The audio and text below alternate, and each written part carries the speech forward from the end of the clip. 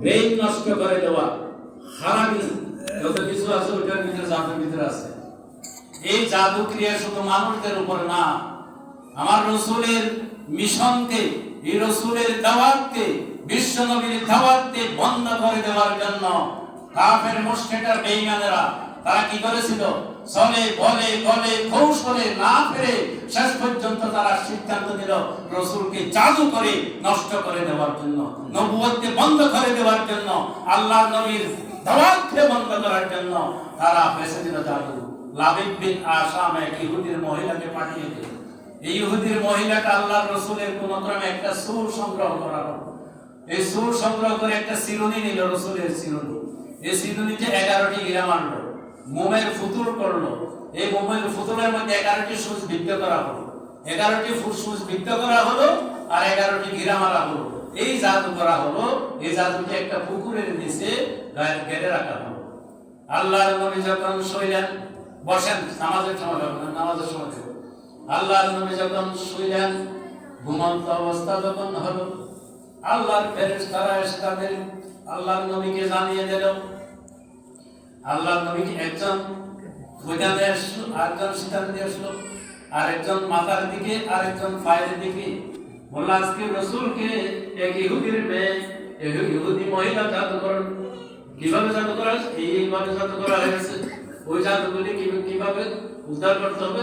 পানিকে শেষে ওখান থেকে উদ্ধার করতে হবে। আল্লাহর নবী জাগ্রত হলো, তোমরা কে? একজন হলো না জিবরাইল, আরেকজন হলো না মিকাইল, একজন জিবরাইল আর মিকাইল, আর কে হবে নবী? কিভাবে জানতে হলো? তখন সাহাবা কেরামকে ডাকা হলো। ওই যে বাকি দিল তোমরা আসো, তোমরা দিল তোমরা আসো, ডাকা হলো। ওই পুকুরে আমার জাদু করা হয়েছে, জাদুগুলি কে আনতে পারবে? বাকি দিল ঝট করে ধমক দিল। যেভাবে হোক, কিসে হোক, যেভাবে হোক কলা কৌশলে তারা এই জাদুগুলি এনে আল্লাহ রসুলের সামনে দেওয়া হবে। এই দেখেন এখন কি করবো? ওহির অপেক্ষায় রইল। আল্লাহর পক্ষ থেকে জিবরাইল রাসূল পাঠিয়ে দিল, হুজুর মুআব্বাজাতাইন পড়ুন। মুআব্বাজাতাইন অর্থ 11টি আয়াত। এটা কোনটা? সূরা ফালাক আর সূরা নাস। এখানে 11টি আয়াত আছে। আপনি পড়েন, জিবরাইল আলাইহিস সালাম পড়তেছে, আল্লাহর মুখে মুখে আল্লাহর নবী পড়তেছে।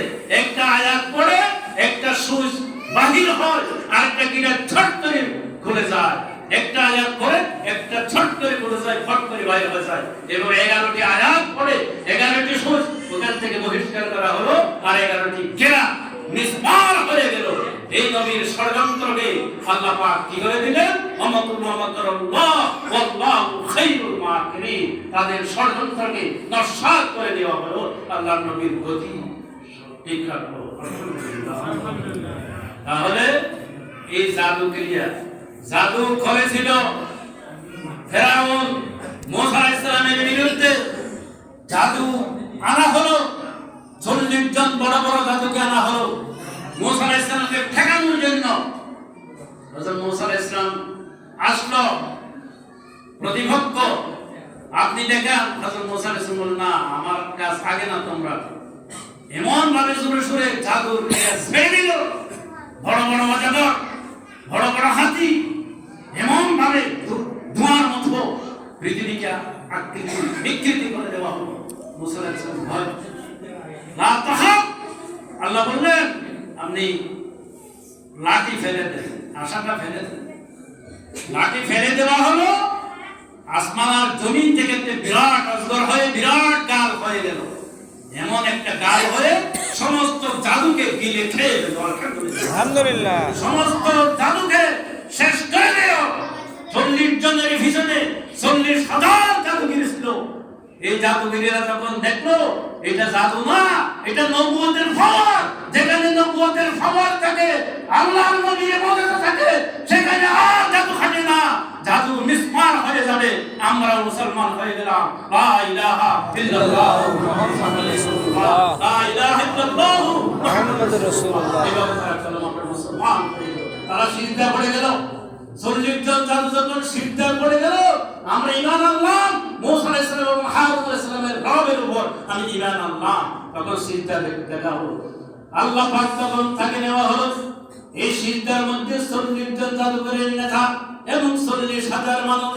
এই 40,000 মানুষকে আল্লাহ পাক প্রথম আসমানে নেওয়া হলো, দ্বিতীয় আসমান দেখানো হলো, তৃতীয় আসমান দেখানো হলো, চতুর্থ আসমান দেখানো হলো। এইভাবে সপ্ত আকাশের উপর তাদেরকে তোলা হলো সিজদার ভিতরে, এবং দেখা হলো জাহান্নাম। তোমরা কিছুক্ষণ আগে জাহান্নামে থাকতা, এখন তোমরা এসে গেলা জাহান্নাম থেকে মুক্তি হয়ে তোমরা জান্নাতে প্রবেশ করবে। সুবহানাল্লাহ। তোমরা জান্নাতে এসে গেলা। তখন ফেরাউন ছাড়ে গেল, আমার অর্ডার ছাড়া কেন মুসা আলাইহিস সালামের রবের উপর তোমরা ঈমান আনবা? এই ফেরাউন, তুমি ধ্বংস হয়ে যাবা, তুমি মিসমার হয়ে যাবা, নবীর খাবারের মধ্যে কোনো কিছু টিকবে না, আল্লাহ নবীরা, সুতরাং আমরা ঈমান আনলাম। তখন তাদেরকে ছাড়িয়ে নিয়ে সমুদ্র সামনে সমুদ্র, পিছনে ফেরাউন। এখন কি করবো? আই মুসা আল্লাহর দরবারে তখন হাত রাখো। আল্লাহ বললেন তখন লাঠি দিয়ে আঘাত করেন। এই সমুদ্রে আঘাত করা হলো, 12টি রাস্তা হয়ে গেল, পাক্কা রাস্তা হয়ে গেল আল্লাহর কুদরতে। তখন দেখো ফেরাউন বলতেছে, দেখো আমি রাস্তা করে দিলাম তোমাদের। কে করতেছে? আসলে আল্লাহ করে দিয়েছে নবীর জন্য, কিন্তু ফেরাউন বলছে আমি করছি। আচ্ছা ঠিক আছে। মুসা আলাইহিস সালাম পার হয়ে গেল, 12টি তারা দল ছিল, গোত্র ছিল, সেজন্য 12টি রাস্তা পরে পার হয়ে গেল। শেষ পর্যন্ত এরা ফেরাউন তখন উঠলো রাস্তায়, এমন ভাগে যখন গেল সমুদ্র, ওদিকেও যেতে পারবে না, এদিকেও যেতে পারবে না, সমান মাঝামাঝি করে যখন গেল, রাস্তাকে ড্যামেজ করে দিল আল্লাহ পাকের হুকুমে। এই রাস্তা ধ্বংস হয়ে গেল। যে রাস্তা আল্লাহর কুদরতে বানিয়েছিল, আল্লাহর কুদরতে নির্মাণ করেছিল, সেই রাস্তা আল্লাহর কুদরতে ধ্বংস হয়ে তাদেরকে ডুবে মেরে মিসমার করে ইতিহাসের শেষ রাস্তা করে নিক্ষেপ করা হলো। ইতিহাস সাক্ষী। সুবহানাল্লাহ। এই ফেরাউনের গোষ্ঠী ছিল জাদুগিরের গোষ্ঠী, তাদেরকে মিসমার করে দিল। জাদুর ক্রিয়া দেখে ইসলামকে ধ্বংস করে দিয়েছিল, ধ্বংস করে চাইছিল তারা, কিন্তু তারা ধ্বংস হয়ে গেছে। আজকে ফেরাউন কোথায়? সেই ফেরাউন সমুদ্রের উপর তুলে দিয়েছিল। কোন লাশ আল্লাহ পাক জিন্দা রাখে নাই এবং রাখবেও না কিয়ামত পর্যন্ত। কোন লাশকে লাশ হিসেবে রাখা হয়েছে শুধু একজনের লাশ, সেই লাশটা হলো ফেরাউন।